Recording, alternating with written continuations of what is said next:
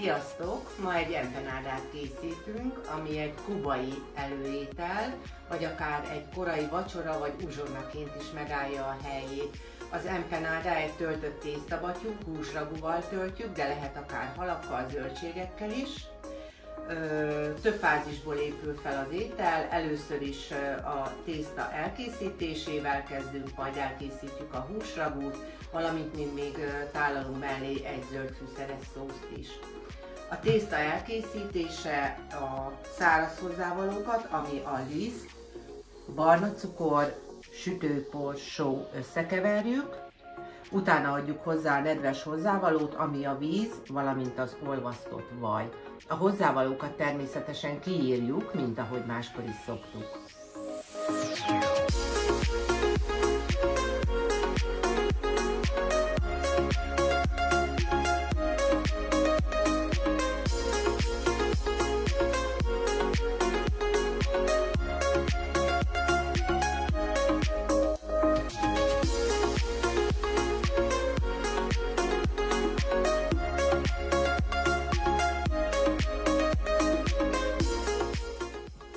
Kicsit száraznak tűnik a tészta, nyilván ez lisztfüggő, hogy mennyi vizet vesz fel. Az én lisztemhez most még kell egy kis víz.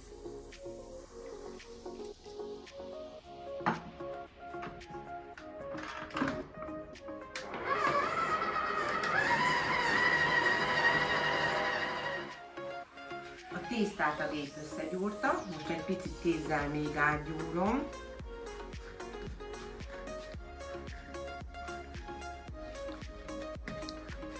Körülbelül ilyen lágy a tésztája.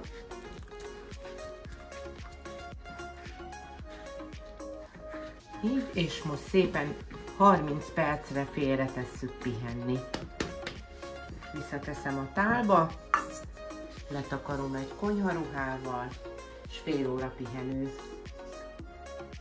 Elkészítjük a picadillo-t, amely az empanada tölteléke lesz. Ez egyébként főételként is megállja a helyét, és szervírozzák és készítik is így.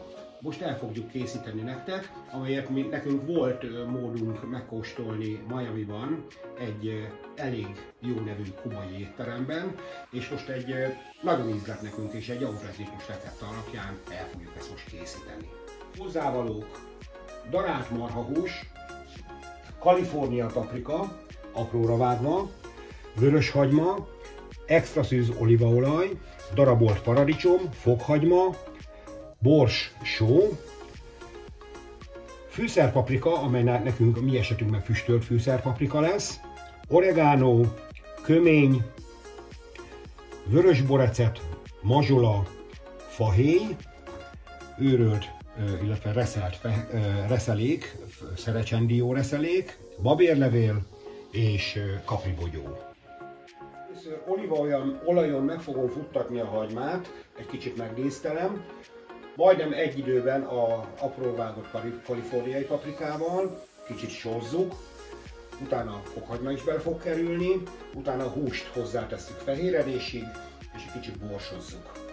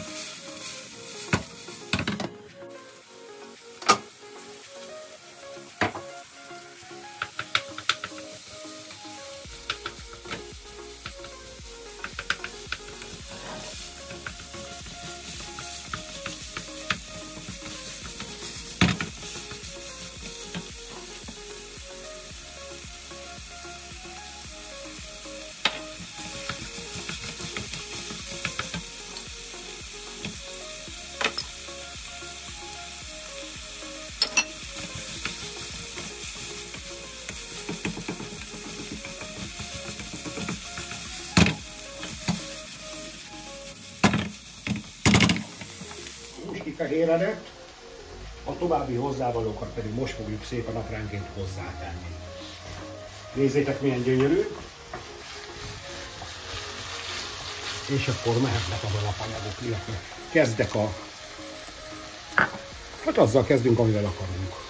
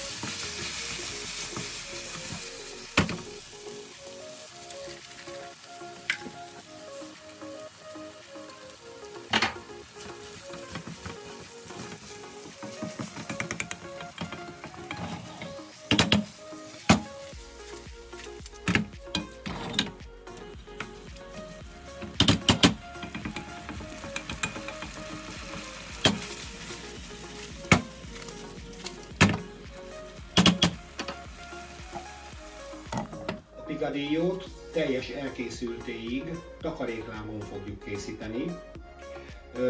Itt jön még be az, amit az elején nem mondtam, de ez már az ízlésvilág. Egyébként a recept tartalmazza azt, hogy chilivel egy kicsit lehet játszani, egy kicsit vadítani.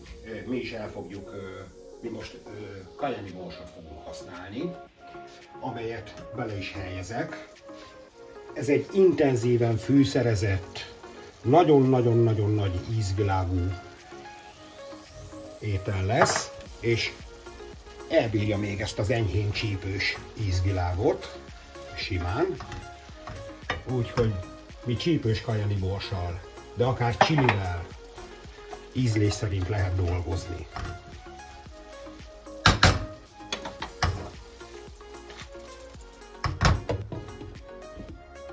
Picadillo 40 perc alatt elkészült. Nézzétek meg, milyen gyönyörű. Egy csepp vizet nem kellett ráöntsünk, meg semmit. A benne levő alapanyagok miatt pont annyi lé keletkezett, amiből mi tudtunk dolgozni. Nézzétek, milyen gyönyörű. Én meg is kóstolom.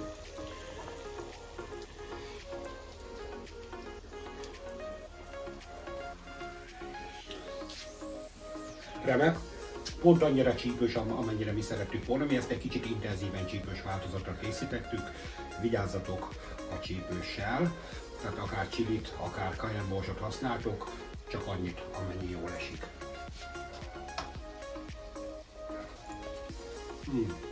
Nagyon finom.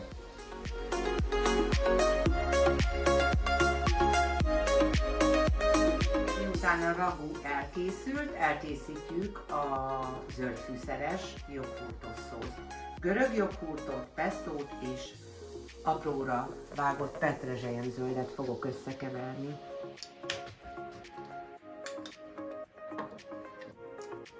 Fokozatosan adagolom.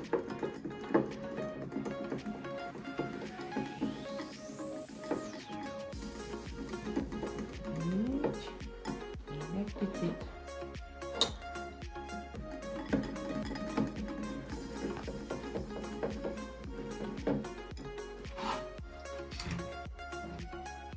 Teszek bele egy csipet sót is.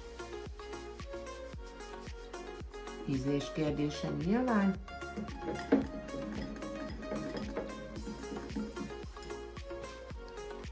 Valamint apróra tört borsot.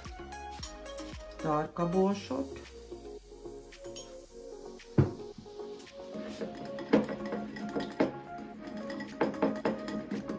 és jöhet a finomra vágott petrezselyemzöld, és ez pont jó, hogy pihen addig, amíg az étel teljesen el fog készülni, összeérnek az ízek.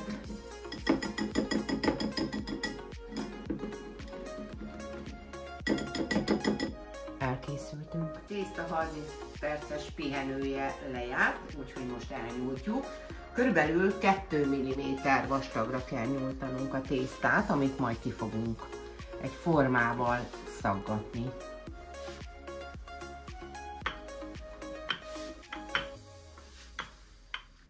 A tésztát 2 mm vastagra nyújtottam ki, és most pedig ki fogjuk szaggatni.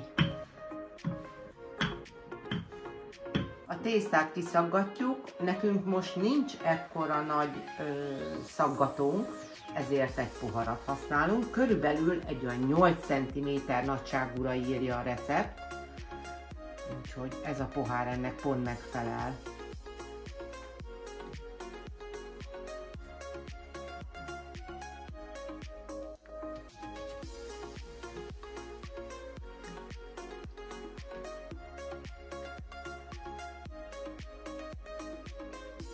Miután kiszaggattuk a tésztát, a széleit szépen egy picit bevizezzük. Ez majd segít nekünk abban, hogy a tészta jobban összezárjon.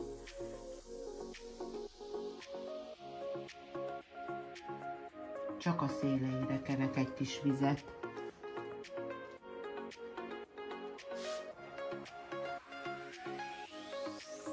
Elhelyezzük a kis tésztakorongokra a ragút, olyan formában, hogy majd rá tudjuk hajtani, és még le is tudjuk zárni.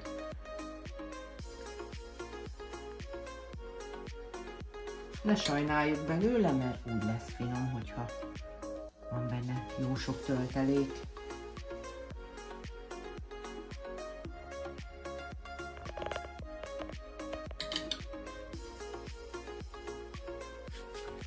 Elhelyeztük a tölteléket, most bezárjuk a tésztabatyút, ráhajtjuk. Ujjainkkal lenyomkodjuk egy picit, hogy jól bezárjon, valamint a végén a villával körbe megyünk még rajta, és nem csak mutatós lesz, hanem segít abban, hogy ne nyíljon szét a tésztánk sütés közben.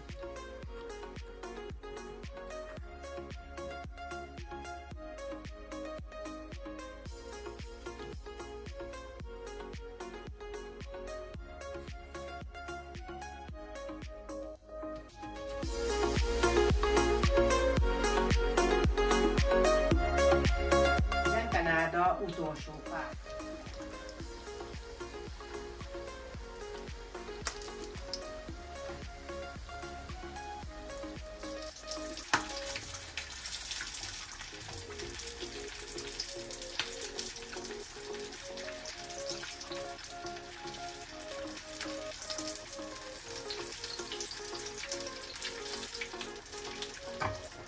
Az empanada elkészült. Meg is fogom kóstolni, reméljük tetszett a kubai gasztrokalandozásunk. Nekünk nagyon ízlik, mi ezt már másodjára készítjük.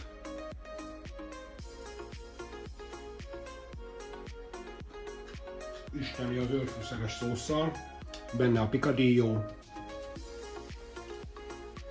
fenomenális kis étel, ízek orgiája. Mivel ez egy intenzíven fűszerezett, nagyon sok alapanyagból előállított étel, karakteres, csípős. Mi mást is ajánlhatnék hozzá, mint egy egri bikavért, egy igen karakteres bort, és nagyon jól fog passzolni ez a finom ételhez. Kedves egészségetekre, ha elkészítitek, ne feledjétek ízmámor, készítsük könnyedén otthon.